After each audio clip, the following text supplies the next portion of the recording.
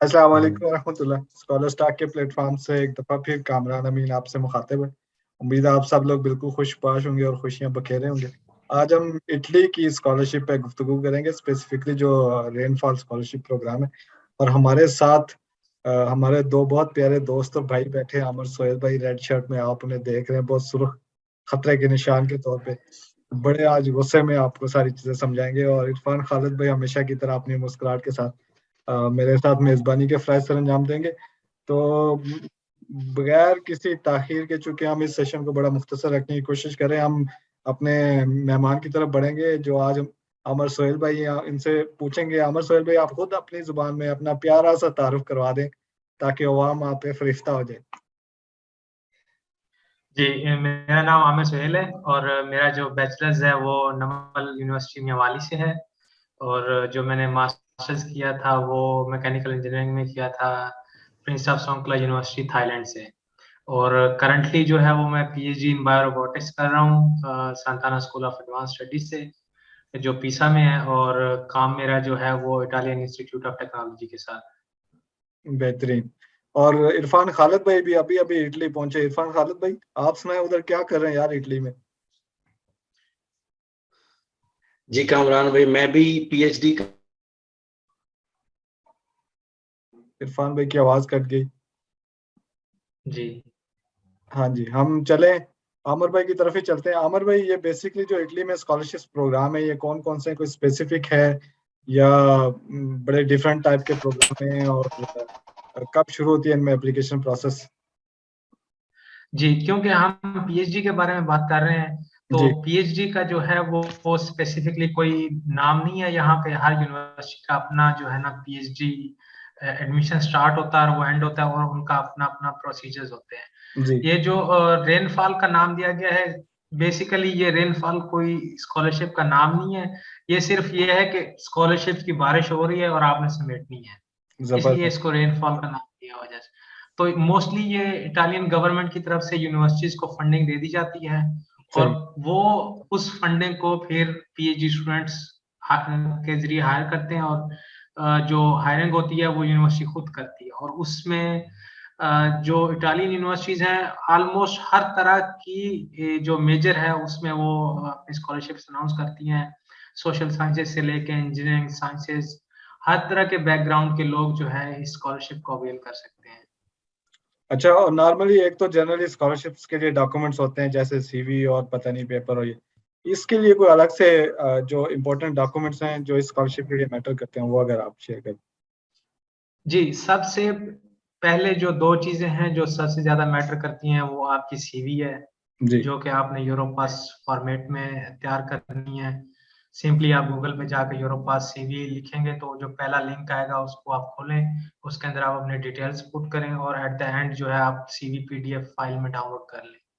दूसरा जो सबसे मेन इम्पोर्टेंट डॉक्यूमेंट है वो आपका रिसर्च प्रपोजल है। रिसर्च प्रपोजल इस स्टेज पे एक फॉर्मेलिटी लेकिन इवैल्यूएशन डॉक्यूमेंट है, जो कि सबसे ज्यादा इम्पोर्टेंट है।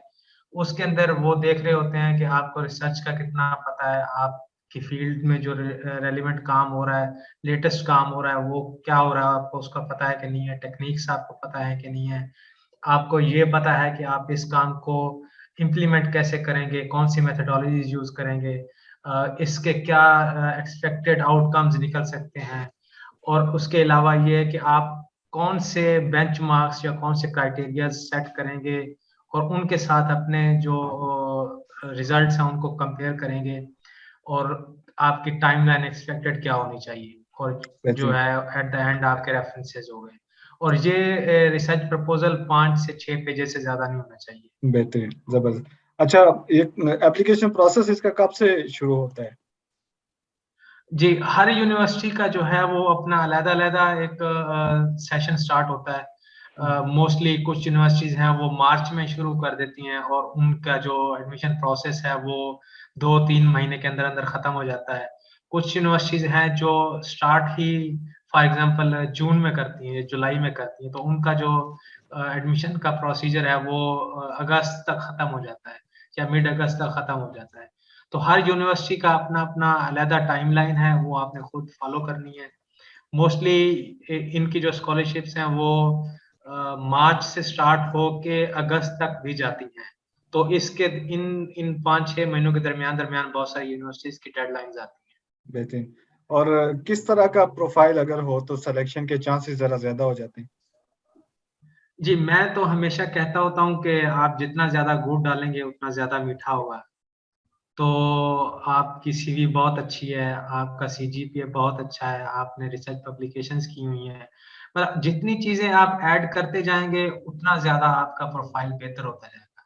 तो बेहतरीन। इसके लिए सबसे पहले तो ये है कि आप अपना जीपीए अच्छा मेंटेन करें, आप अपनी सीवी अच्छी मेंटेन करें, उसके साथ कुछ ऑनलाइन कोर्सेज कर लें, किसी सीनियर के साथ मिलके आप थोड़ा बहुत एक्सपेरिमेंट्स में उनकी हेल्प कर दें, ताकि आपको वहां से वो टेक्निक्स वगैरह पता लग जाए, किस तरह एक्सपेरिमेंटेशन करनी है, ये चीजें आपको पता लग जाए।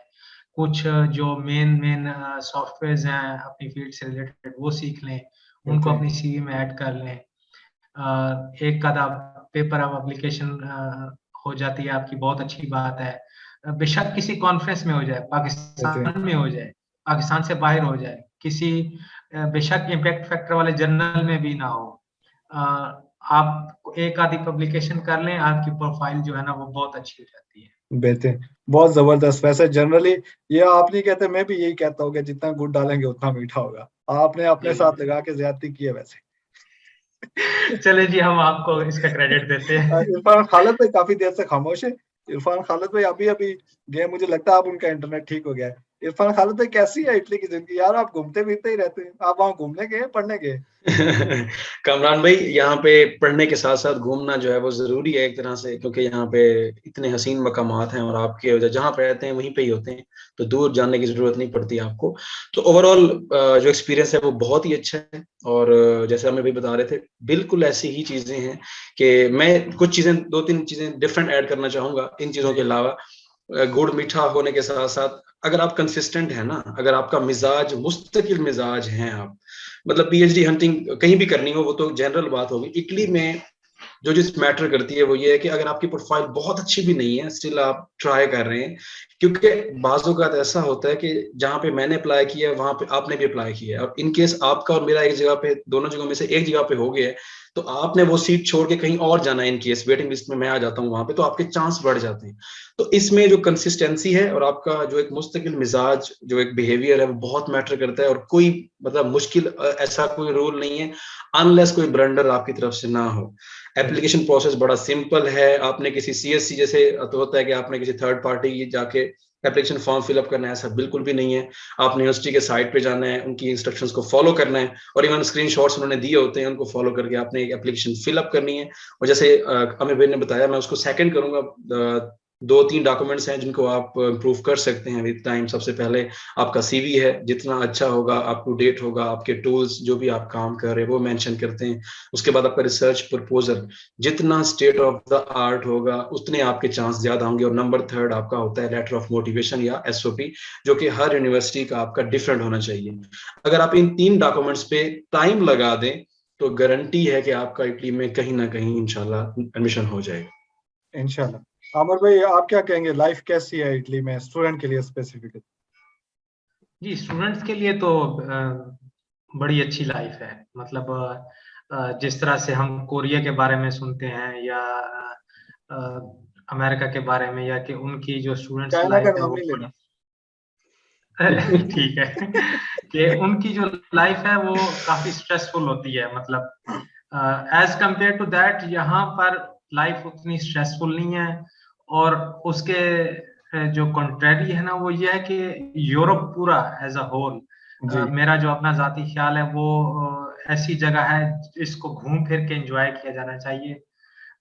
मतलब एज कंपेयर टू एशिया जो है ना, मतलब मुझे एशिया वाली लाइफ ज्यादा पसंद है, क्योंकि मैंने थाईलैंड में तकरीबन 2.5 साल गुजारे हैं।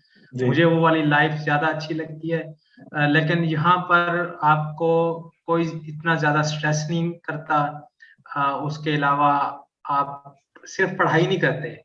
पढ़ाई तो एक जो है ना वो ठीक है, आप पढ़ाई करने यहाँ आए हैं, लेकिन उसके साथ साथ आप जो दूसरी लाइफ है ना वो भी इंजॉय करते हैं, और ये बेहतरीन। बेहतरीन लाइफ है। एक चीज मैंने वैसे जनरली सुनी है यूरोप के बारे में कि वो लोग पब्लिकेशंस पे इतनी ज्यादा इम्पोर्टेंस वो नहीं देते और वो कोई प्रेशर भी जी नहीं करते कि होनी चाहिए। आप क्या कहते हैं इस पर? बिल्कुल। और जो हमने गौर किया है वो यही है कि यहाँ पर इंटरनेशनल स्टूडेंट्स पे एज सच इतना ज्यादा बोझ नहीं डालते वो पब्लिकेशंस सही। का। सही। मतलब आप अगर आपकी पीएचडी में 2 पब्लिकेशंस हैं तो it's more than enough. Great. आपका एडवाइजर जो है वो आपसे बहुत खुश है। बेहतरीन। आखिरी सवाल आमिर भाई बेसिकली मैं आपसे ये कामरान भाई, क्वालिटी के हवाले से अगर देखा जाए तो इनका फोकस ये नहीं होता कि आपका इम्पैक्ट फैक्टर। इवन मेरी बात हो रही थी प्रोफेसर से कि सेंसर के हवाले से जो जनरल एमडीबीआई का, तो जी उनको मैंने एक पेपर रेफर किया कि ये पेपर हम ना इस पे काम कर सकते हैं आगे। तो उन्होंने कहा कि ये सेंसर का पेपर है, मुझे ये ईमेल डेली आई होती है कि 5 दिन में आप रिव्यू करके दें, ये पेपर हमारे लिए काम का नहीं है। वो कहते हैं एक पेपर चाहिए डिग्री में, लेकिन वो पेपर जो है वो क्वालिटी वाइज बहुत अच्छा हो। तो जी। क्वालिटी पे ये लोग बहुत फोकस करते हैं। अब बड़ी अच्छी बात की इरफान खालिद भाई आपने। आखिरी सवाल है और आप दोनों बेशक चाहे कंट्रीब्यूट कर रहे हैं कि जो बंदा अप्लाई कर रहा हो उसको किन बातों का स्पेसिफिकली बहुत ध्यान से ख्याल रखना चाहिए, किन चीज़ों पे तवज्जो देनी चाहिए एप्लीकेशन प्रोसेस में या एकेडमिक प्रोफाइल में? जी अमर भाई। जी, जैसा कि हमने पहले भी बताया कि सीवी और रिसर्च प्रपोजल जो है ना वो दोनों बहुत मैटर करते हैं। तो आप अपनी सीवी को मेंटेन करें। ये नहीं है कि आपने सीवी बना लिया और आपने खुद से एज्यूम कर लिया कि मेरी सीवी बहुत अच्छी है, या आपने रिसर्च प्रपोजल बना लिया तो आपने ये सोच लिया कि ये बहुत अच्छा है और मैं किसी को रिव्यू नहीं करवाना चाहता और मैं खुद से अप्लाई करूंगा। ये बहुत गलत स्ट्रेटेजी है। तो उसके बजाय इस तरह करें कि आप अपने डॉक्यूमेंट्स पहले तैयार करें और उसके बाद किसी सीनियर को कहें कि वो आपके लिए वो डॉक्यूमेंट्स जो है वो रिव्यू कर दे। उस रिव्यू प्रोसेस के दरमियान आपको बहुत सारी चीजें सीखने को मिलेगी। आपकी सीवी इंप्रूव होगी, आपकी प्रोफाइल इंप्रूव होगी, रिसर्च प्रपोजल इंप्रूव होगा, statement of the purpose improve होगी। और उसके अलावा आपने यूनिवर्सिटी की जो एडमिशन कॉल है वो आपने लाजमी पढ़नी है। मैंने बहुत सारे पाकिस्तानी देखे हैं। मैं अब शायद ये ज्यादा एग्जेजरेट ना करूं तो 90% पाकिस्तानी ऐसे हैं स्टूडेंट्स जिन्होंने 18 इयर्स ऑफ एजुकेशन कंप्लीट की हुई है, लेकिन उसके बावजूद वो पढ़ना गवारा नहीं करते।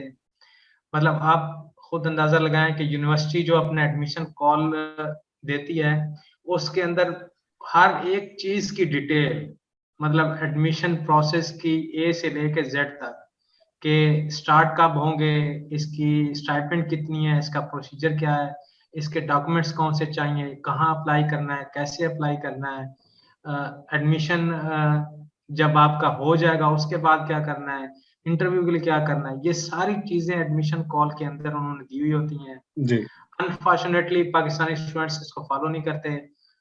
लास्ट ईयर हमें याद है कि एक आई गेस बोलोनिया यूनिवर्सिटी थी, वहां पर पाकिस्तानियों ने रिसर्च प्रपोजल का जो फॉर्मेट है वो फॉलो नहीं किया था और उन्होंने सारों को 0 मार्क्स दिए। बेहतरीन। मतलब उन्होंने स्ट्रेट अवे जो एप्लीकेशन है ना रिजेक्ट कर दी। बेहतरीन। बेहतरीन। इरफान भाई आप कुछ कहेंगे? मेरे ख्याल में कहने की जरूरत नहीं है, जितना आमिर भाई ने जामे तौर पे बता दिए। बस वही मेरी तरफ से 2-3 बातें वही होंगी कि खुदारा पीएचडी करने आ रहे हैं, 3 साल आपने यहाँ पे पढ़ना है, ना चाहते हुए पढ़ना पड़ेगा आपको। तो थोड़ा सा स्पून फीडिंग करने से या कराने से बेहतर है कि आप चीजों को पढ़ना सीख लें। एटलीस्ट कुछ नहीं करना तो यूनिवर्सिटी की वेबसाइट को बुक मार्क कर लें, कॉल्स को पढ़ लें। और बाज लोग कहते हैं कि हमें तो ईमेल नहीं आई थी, इंटरव्यू तो हो चुका हुआ था। तो ये चीजें आपने बॉदर करनी है, पीएचडी आप करने जा रहे हैं, वो नहीं करने जा रहे। यहाँ पे ऐसा नहीं होता कि वो आपको इन्फॉर्म करेंगे, कॉल करेंगे कि आपका इंटरव्यू होगा। ये चीजें आपको सेल्फ पे करनी है।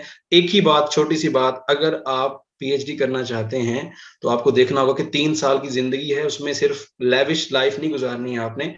आपने काफी सर खपाई करनी है, उसके लिए तैयार रहें। और उसका सबसे पहला जो एलिमेंट है, करीना कह लें आप, वो ये है कि आपको पढ़ना आना चाहिए। आपको कुछ चीजें पता होनी चाहिए बाय डिफॉल्ट कि किस तरह से आगे मैंने जाना है। सही। बेहतरीन। बहुत शुक्रिया आप दोनों दोस्तों का। बड़ा ही बेहतरीन रहा और मुझे उम्मीद है कि सुनने वाले जरूर इसको एंजॉय करेंगे और इन बातों का जरूर ख्याल रखेंगे। अगर आपके जहन में कोई क्वेश्चन या कोई भी कंसर्न है तो आप हमेशा की तरह हमें कमेंट बॉक्स में लिख सकते हैं और इस पे अगर जरूरत हुई तो इंशाल्लाह मजीद इन दोनों को हम डिस्कशन के लिए फिर बुलाएंगे। इसके साथ मैं कामरान अमीन आपसे इजाज़त चाहूँगा। अस्सलाम वालेकुम वरहमतुल्लाह।